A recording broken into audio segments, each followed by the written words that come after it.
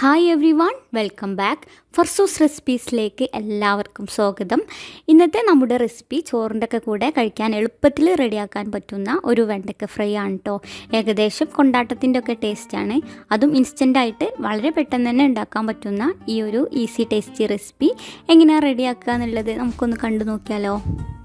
അപ്പോൾ അതിലേക്ക് കടക്കുന്നതിന് മുമ്പ് നമ്മുടെ ഫർസൂസ് റെസിപ്പീസ് ചാനൽ ഇതുവരെ സബ്സ്ക്രൈബ് ചെയ്യാത്തവരുണ്ടെങ്കിൽ ഒന്ന് സബ്സ്ക്രൈബ് ചെയ്യുക, തൊട്ടടുത്തുള്ള ബെൽ ബട്ടൺ ക്ലിക്ക് ചെയ്യുക. അപ്പോൾ 3 ഓപ്ഷൻസ് വരും, അതിൽ ഓൾ എന്നുള്ളത് സെലക്ട് ചെയ്യുക. അങ്ങനെയാണെങ്കിൽ ഞാൻ വീഡിയോസൊക്കെ അപ്ലോഡ് ചെയ്യുന്ന സമയത്ത് നിങ്ങൾക്ക് നോട്ടിഫിക്കേഷൻസ് വരും, വീഡിയോസൊന്നും മിസ്സാവില്ല.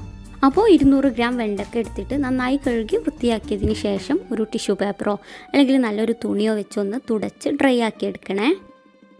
നമ്മളിത് മുറിച്ചെടുക്കുന്ന സമയത്ത് വാട്ടർ കണ്ടൻറ്റ് ഉണ്ടാവരുത്, അതിന് വേണ്ടിയാണ്. എന്നിട്ട് ഇതാ ഈ ഒരു രീതിയിൽ മുറിച്ചെടുക്കുക. ഒരു വെണ്ടയ്ക്ക 4 പീസാവുന്ന രീതിയിൽ. അതിൻ്റെ ഉള്ളിൽ കുരുവൊക്കെ കുറച്ച് കൂടുതലാണെങ്കിൽ ഒന്ന് എടുത്ത് കളയുന്നത് നന്നാവും കേട്ടോ. ഫ്രൈ ചെയ്യുന്ന സമയത്ത് അത് കരിഞ്ഞു പോകാൻ ചാൻസ് ഉണ്ട്.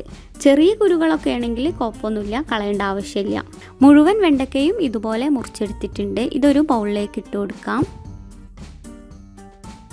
എന്നിട്ട് ഇതിലേക്ക് ആവശ്യത്തിനുള്ള ഉപ്പ്, 1/4 ടീസ്പൂൺ മഞ്ഞൾപ്പൊടി, 1 ടേബിൾ സ്പൂൺ നിറയെ സാമ്പാർ പൊടി.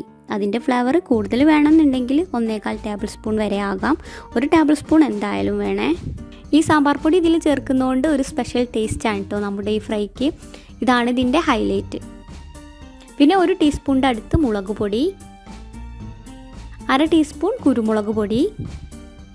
ഇത്രയും മസാലപ്പൊടികളാണ് ചേർക്കുന്നത്. ഇനി ചെറിയൊരു പുളിക്ക് വേണ്ടിയിട്ട് 1 ടീസ്പൂൺ വിനാഗിരിയാണ് ചേർക്കുന്നത്. അതിന് പകരം ലെമൺ ജ്യൂസ് എടുത്താലും മതി. അപ്പോൾ ആദ്യം ഇത്രയും കാര്യങ്ങൾ ചേർത്തിട്ട് നന്നായിട്ടൊന്ന് മിക്സാക്കി എടുക്കുക. കൈ വെച്ചിട്ട് മിക്സാക്കി എടുക്കുകയാണെങ്കിൽ എല്ലാ ഭാഗത്തേക്കും നന്നായി മസാല ഒക്കെ പിടിച്ച് കിട്ടിക്കോളും. നമ്മുടെ ഈ വെണ്ടക്ക ഫ്രൈ നല്ല ക്രിസ്പിയായി കിട്ടാൻ വേണ്ടിയിട്ട് ഇതിലേക്ക് കുറച്ച് പൊടികളും കൂടെ ചേർക്കാനുണ്ട്. 1 ടേബിൾ സ്പൂൺ കടലപ്പൊടി, അതിൻ്റെ കൂടെ തന്നെ 1 ടേബിൾ സ്പൂൺ നിറയെ അരിപ്പൊടി, നമ്മൾ പത്തിരിക്കൊക്കെ എടുക്കുന്ന ആ സെയിം പൊടി തന്നെയാണ്. പിന്നെ 1 ടേബിൾ സ്പൂൺ നിറയെ കോൺഫ്ലോറും കൂടെ ഇട്ട് കൊടുക്കാം. എന്നിട്ട് ഇതെല്ലാം കൂടെ ചേർത്തിട്ട് നന്നായി മിക്സാക്കി എടുക്കുക. വെള്ളം ഒട്ടും ചേർക്കാതെ മിക്സ് ചെയ്യണേ. എന്നിട്ട് 5 മിനിറ്റ് റെസ്റ്റ് ചെയ്യാൻ വേണ്ടി വെച്ചാൽ മതി. അപ്പോഴേക്കും വെള്ളത്തിൻ്റെ അംശം വന്നോളും. ഇനി വെളിച്ചെണ്ണ നന്നായി ചൂടായി വരുമ്പോൾ ഇതുപോലെ കുറച്ചിട്ട് ഫ്രൈ ചെയ്തെടുക്കാം. ഒരുപാട് കുത്തി നിറച്ചിടരുത്, ഫ്രൈ ആയി കിട്ടാൻ കുറച്ച് സമയമെടുക്കും.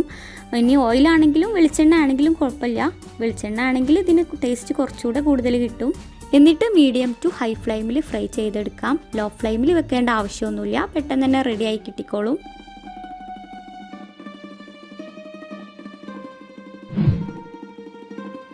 അത്യാവശ്യം ഒന്ന് ഫ്രൈ ആയി വരുന്ന സമയത്ത് ഒന്നിളക്കി തിരിച്ചു മറിച്ചു ഇട്ട് കൊടുക്കാം. പച്ചമയൊക്കെ ഒന്ന് മാറണം, എന്നാൽ കൂടുതൽ കരിഞ്ഞ കളർ ആവുകയും വേണ്ട.